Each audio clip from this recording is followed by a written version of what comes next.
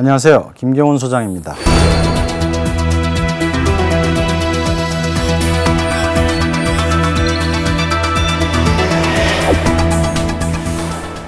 글로벌 시대의 빠른 변화에 기업들이 어떻게 적응해야 될지를 알아보는 트렌드 워칭 시간을 가져보도록 하겠습니다.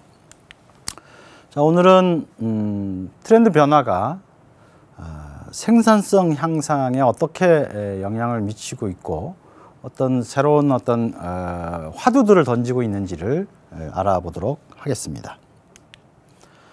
첫 번째 키워드는 빅데이터 기술의 도입입니다. 흔히 이제 빅데이터 기술 그러면 이제 소비자나 시장의 그 움직임들을 체크하고 보통의 어떤 관찰법이나 기존의 어떤 그 시장 조사에는 확인할 수 없었던 그런 어떤 데이터들 또는 SNS 같이 그 자유로운 어떤 그 소통의 공간에서 일어나고 있는 많은 이야기들이나 정보들의 교환과 같은 비정형 데이터들을 어떻게 수집해서 체계적으로 분석하고 그들을 이해할 것인가, 즉 그 기업 외부의 정보를 어떻게 분석해낼 것인가와 관련돼서 많이 생각을 하게 되는데요. 이런 빅데이터가 비단 그렇게 기업 외부에만 적용되는 것이 아니고 기업의 생산성 향상에도 주요한 테크놀로지로서 굉장히 그 기여를 많이 하고 있고 점점 더 많이 하게 될 것이다. 그런 관점에서 2016년에 우리 기업도 빅데이터를 기업 외부 정보를 얻는 데만 쓰는 것이 아니라 기업의 생산성 향상에 쓸 수 있는 방안들을 모색해야 될 때가 아닌가 싶습니다. 최근에 나온 책의 케이스에서 보니까 구글은 빅데이터를 어떻게 활용했는가, 기업의 창의성을 이끌어내는 사물 인터넷과 알고리즘의 비밀, 뭐 이런 부제를 가지고 빅데이터를 생산성 향상에 쓴 그런 어떤 사례들을 이렇게 보여주고 있는데요. 벤 웨이버라고 하는 저자는 지금까지는 뭐 기업 문화라든지 창의성 같은 이런 요소들은 사실 예전에 지식에서도 보면 이제 비정형화된 지식, 암묵적 지식에 가까운 거였고, 그래서 경영에서 이 요소를 객관화시켜서 할 수가 없는, 그러니까 좀 주관화되어 있는 그런 어떤 요소, 또 개인에게 좀 더 많이 맡겨져 있는 요소로 이렇게 생각이 되어 왔는데, 빅데이터나 혹은 빅데이터를 얻기 위한 여러 가지 도구들, 예를 들면 이제 센서 같은 이런 도구들을 위해서 사내에서의 활동이나 정보 교환이라든지 활동 방식들을 데이터화 시켜서 이걸 체계적으로 관리했을 때 효율성과 생산성이 굉장히 증가한 여러 기업의 사례들을 이 책을 통해서 보여주고 있습니다. 그래서 우리가 이제 생각해 볼 부분들이 지금까지는 이제 빅데이터를 기업 외부의 소비자나 시장을 분석하는 도구로만 썼는데, 그렇게 계속 할 경우에 이렇게 기업 생산성을 계속 높이는 기업들과의 격차가 벌어질 수밖에 없습니다. 그래서 우리 기업들도 빅데이터를 어떻게 기업 내부의 생산성 향상을 위한 도구로 쓸 것인가에 대한 고민을 할 때가 됐다. 그래서 메가트렌드적 맥락에서 보면 디지털화가 기업의 어떤 시스템이나 생산성에 영향을 미치는 그런 변화의 방향이라고 볼 수가 있고요. 20세기 초에 처음으로 경영관리 기법이 나왔던 게 이제 테일러의 시간관리 기법이라고 해서 동작을 연구하고 거기에 드는 시간이 얼마나 드는지, 그래서 인간을 거의 기계처럼 이렇게 관리하는 어떤 그런 기법이었다고 비판을 많이 받아왔는데, 그와 유사하면서도 사실은 어떤 감성이라든지 기분, 행복, 만족, 사실 이런 것까지 사실 체크하는 어떤 그런 기법들이 지금 연구되고 있습니다. 그런 것들 어떻게 체크해서 언제 즐거웠을 때 어떻게 생산성이 향상되는 이런 것들을 체계적으로 연구하는 거죠. 그래서 생산성 경쟁에서 빅데이터 기술이 하나의 키워드가 되고 있다. 이런 변화를 말씀드리고요. 두 번째로는 오피스 노마드를 위한 공간이라고 하는 키워드입니다. 여러 그 심리학적인 연구나 작업 환경에 대한 연구를 통해서, 혹은 뭐 여러분도 들어보셨겠지만 천장의 높이가 어린이들의 그 IQ에 관여한다 이런 아마 검사 결과도 읽어보신 적이 있을 텐데 이 건축이나 인테리어나 혹은 공간 활용이 사람들의 감성을 만들어내고 어떤 그 인지 능력을 좀 더 확장시키고 그래서 결국 기업이 원하는 창의성을 증가시키는 이런 어떤 그 분석적 결과들 많이 나오고 있고 지금 건축이나 이런 분야에서도 그 신경 건축학 뭐 이런 영역이 독자적으로 이제 지금 커져 나가고 있거든요.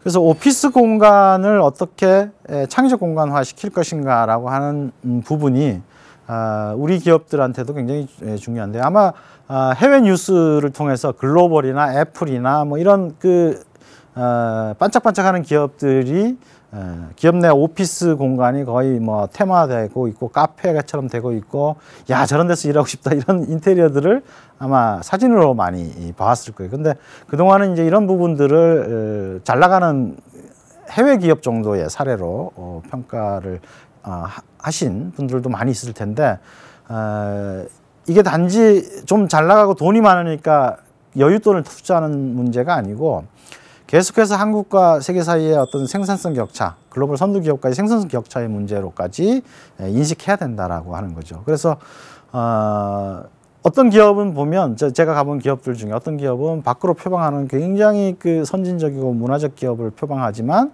기업 내 들어가서 일하는 공간들이 여전히 칸막이가 있다든지 그렇게 그런 것들을 본 경험이 저도 있습니다. 그러니까 우리 기업도 이제 2016년에는 창의적인 어떤 그 능력이 활용될 수 있고 막 이렇게 감성이 묻어날 수 있는 공간으로의 전환의 어떤 그 과정, 시도 이런 것들이 좀 필요하지 않은가 이런 생각이 좀 드는데요. 지금 여기 보시면 네덜란드 암스테르담에 위치한 조크 로프트라고 하는 호텔의 인테리어를 볼 수가 있는데요.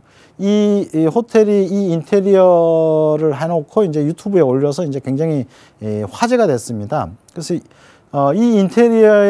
호텔이 이런 식의 인테리어를 하게 된 목적이 뭐냐면 이 공간 내에 그 가구 배치나 이런 것들을 좀 플렉서블하게 할 수 있게 그렇게 배치함과 동시에 오피스 개념, 그러니까 이 호텔에 와서도 일할 수 있는 그런 작업 환경도 같이 조성해 주겠다.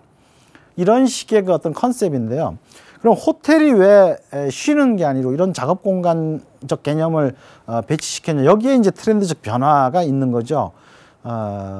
디지털 노마드라는 말 얘기를 들어보셨겠지만 유목민, 노마드가 유목민이라는 뜻이죠. 그러니까 점점 작업에 있어서 이렇게 자유로운 환경들, 직장에 얽매이지 않는 그런 사람들이 늘어나고 있는데 그뿐만이 아니고 기업 내에 있는 사람들도 독립적인 공간에서 자유롭게 일하는 어떤 이런 것들을 추구하는 경향이 계속 커지고 있고 그런 어떤 트렌드적 맥락에서 호텔도 새로운 어떤 작업 공간을 제공해 주는 건데 기업도 이제 그 오피스 공간을 이런 어떤 그 욕구에 걸맞는 환경 으로 바꿔줘야만 생산성이 향상될 수 있는 시기로 가고 있다라는 거죠. 그래서 메가트렌드적으로 보면 전반적인 어떤 개성화가 단지 소비를 통해서만 드러나는 게 아니고 자신의 삶을 꾸려나가는 일을 만들어 나가는 혹은 일과 놀이를 결합해 나가는 이런 쪽에서도 개성적 가치 추구, 개인만의 독특한 스타일들이 계속 추구되고 있어서 그런 걸 공간적 감성으로 담아낼 필요가 있다. 그리고 크게 보면 아마 그전 시간에 제가 고급 인재 보존이 굉장히 중요한 기업 경영의 리더십의 화두다라는 말씀을 드렸었는데 이런 어떤 변화가 고급 인재의 유지와 보존에도 큰 역할을 하게 될 거라고 생각이 듭니다. 자, 세 번째 키워드는 개방형 혁신입니다. 영어로 오픈 이노베이션이라고 얘기를 하는데 2000년대 초반에 이 개념이 처음 등장을 했죠. 그래서 이제 한 4, 5년 정도였는데 처음에 등장했을 때 오픈 이노베이션은 기술 혁신적 개념이 강했습니다. 그러니까 기업이 내부 인재만 가지고 기술 혁신을 시도하기보다는 기업 외부의 전문가들을 네트워크로 연결해서 적극적으로 활용해서 그래서 오픈이라는 개념인 거죠. 기업 안에서 폐쇄적으로만 기술 개발을 하는 게 아니고 기업 외부 네트워크를 적극적으로 활용한 기술 혁신을 하자. 이런 게 이제 오픈 이노베이션의 중요 개념이었다면 지금은 이 오픈 이노베이션의 오픈의 개념이 기술만이 아니라 어떤 그 조직 시스템이라든지 외부의 어떤 환경이라든지 외부 네트워크라든지 이렇게 굉장히 다양한 자원으로 개념이 확장되고 있습니다. 케이스를 하나 좀 보실 건데 뭐 이 그림은 별 잘 보이시지도 않고 제일 의미가 없을 텐데 카글이라고 하는 사이트에서 일어나는 일이에요. 이 카글이라고 하는 사이트는 그 계량경제학자가 만든 사이트입니다. 계량경제학자, 수리학자, 뭐 알고리즘 연구자 이런 사람들이 이 사이트에 와서 이 사이트에 어떤 기업이 우리 기업이 갖고 있는 문제를 여기다가 올리고 상금을 걸면 수많은 계량경제학자나 이런 수리과학자, 수학자들, 알고리즘 연구자들이 그 문제를 해결하기 위해서 경쟁을 벌여가지고 결국 그 문제를 풀어내는 이런 어떤 방식의 사이트입니다. 그러니까 기업이 지금까지 한국 기업들의 전통적인 어떤 속성은 우리 기업의 문제는 우리 내부에서 해결하죠.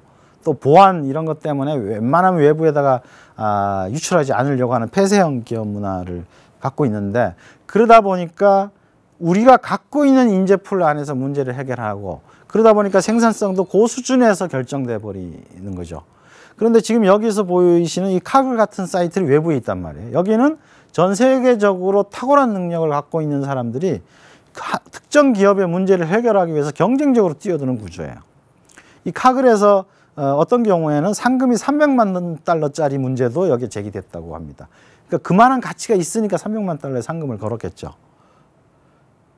현재 이 카글에서 그 문제를 푸는데 이 회원이 한 5만 5천 명 정도 돼요. 그러니까 우리 회사가 10명짜리 회사여도 어떤 문제를 풀기 위해서 여기에 카글에다 문제를 주면 5만 5천 명이 우리 회사 직원처럼 문제를 푸는 이런 시대로 가고 있는 거죠. 이게 바로 개방형 혁신의 어떤 위력이고 메가트렌드적으로 볼 때 기본적으로 디지털적인 맥락이죠. 쥐멘스 같은 기업이 2020년, 2030년에 성장할 거로 예상하는 분야 중에 하나가 이렇게 외부에서 기업의 문제를 해결해 주는 네트워크형 문제 해결 기업, 집단 지성을 통해서 문제를 해결해 주는 기업들이 굉장히 성장할 거다 이렇게 예측하고 있는데 디지털화가 만들어내는 풍경이죠. 네트워크가 글로벌로 연결될 수가 있기 때문에 전 세계 특정 분야 전문가들이 이렇게 쫙 모일 수도 있고 또 기업이 어떤 적극적으로 의지만 가진다면 외부에 이런 오픈 네트워크들을 충분히 만들어내는 시대가 되고 있는 거죠. 그래서 디지털화와 글로벌화가 지금 초연결 시대를 만들고 있는데 이 초연결적 확장을 어떻게 기업의 혁신과 생산성 향상에 활용할 것인가. 키워드가 바로 개방형 혁신입니다. 그래서 일부 기업들은 이미 개방형 혁신에 대해서 고민도 많이 하고 시스템도 받아들이고 있는 걸로 알고 있는데 더 많은 기업들이 개방형 혁신으로 가야만 적은 자원으로 더 큰 혁신을 할 수 있다라고 하는 인식의 전환이 필요한 시점이다. 이렇게 볼 수 있겠습니다.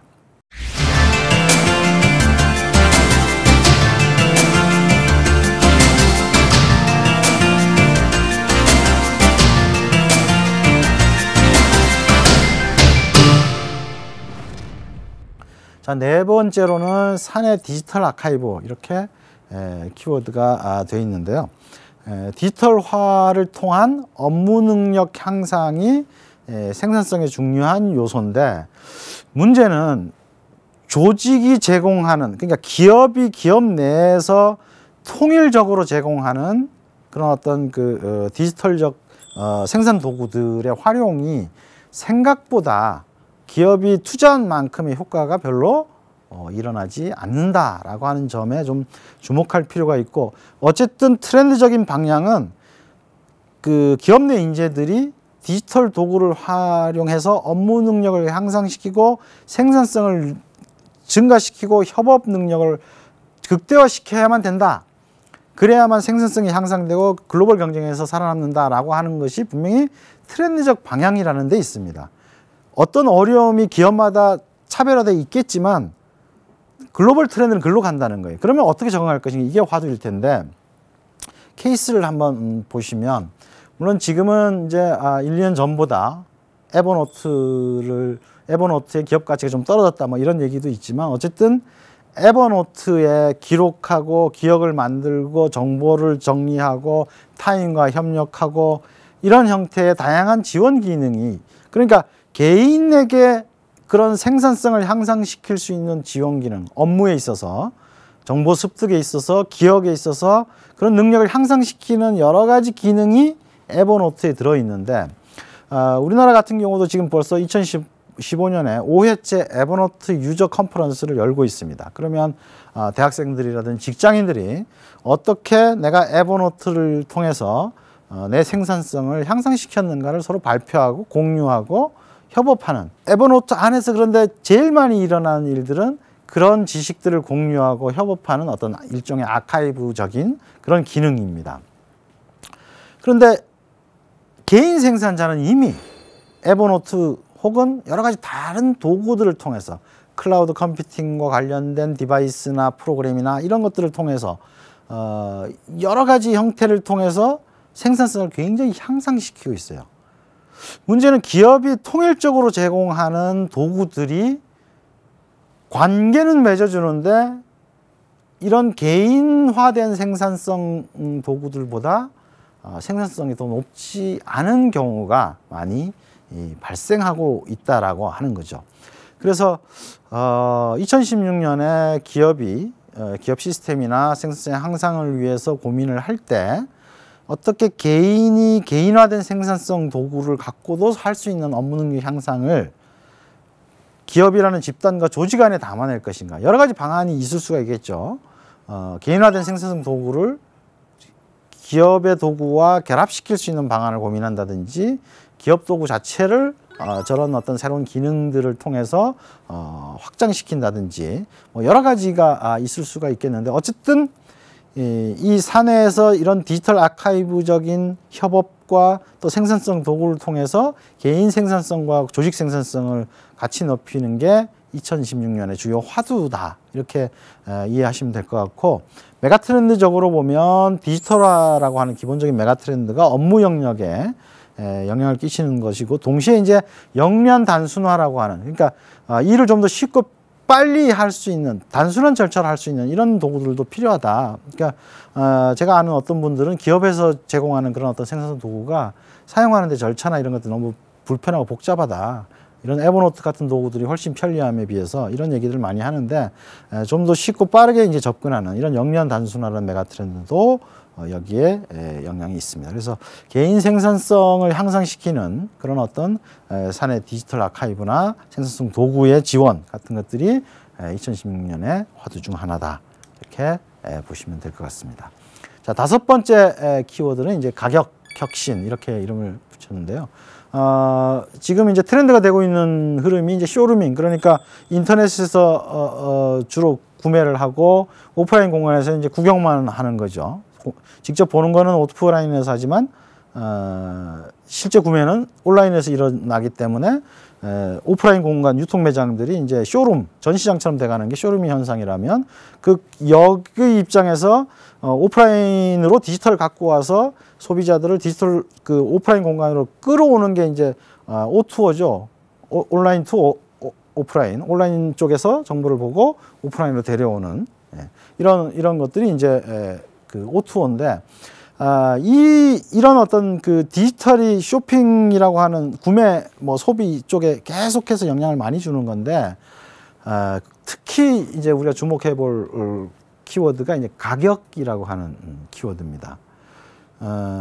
전통적으로 가격은 수요 공급이 일치하는 지점에서 형성되는데 이렇게 디지털을 통해서 정보가 활발하게 움직이는 쪽에서는 가격이 하루에도 몇 번씩 변하는 그런 시대를 맞이하고 소비자는 하루에도 몇 번씩 변하는 가격에 따라 움직여 버리는 거죠. 그러니까 수요 공급에 맞춰서 공급자가 가격을 딱 정해놓고 기다리는 그런 형태의 그 시대가 이제 이미 이제 지나가 버린 거죠.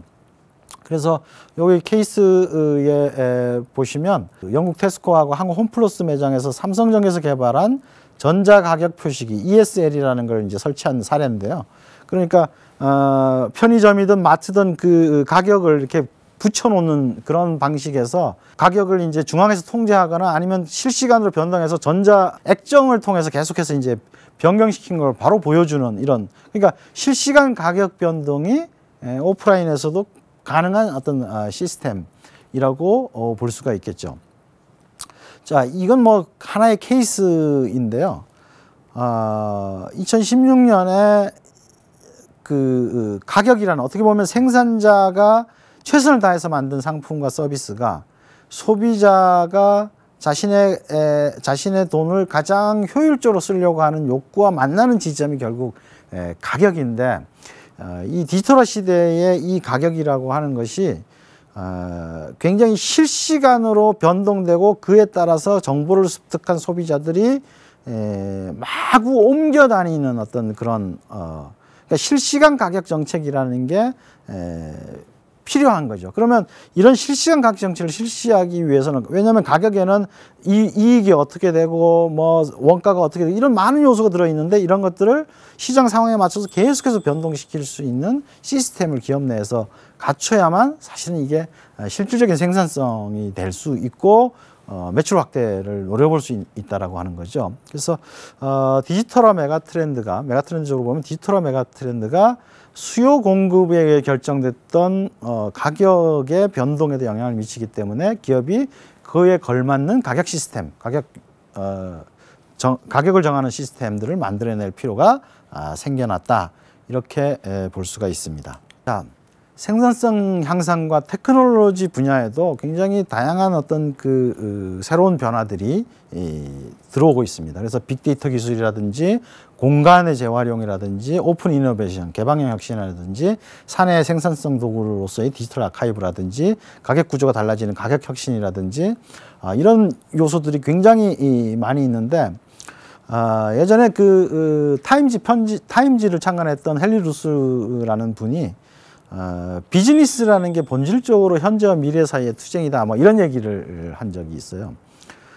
그러니까 미래라는 게 오지 않은 거기 때문에 먼 얘기, 오고 나서야 비로소 우리가 실감하고 적응하는 것이라고 생각을 하지만, 지금은 가면 갈수록 이런 변화들이 트렌드적 변화가 빠르게 진행이 되면서 전통적인 방식을 계속 유지하면 생산성 경쟁에서 떨어지게 돼 있는 거죠.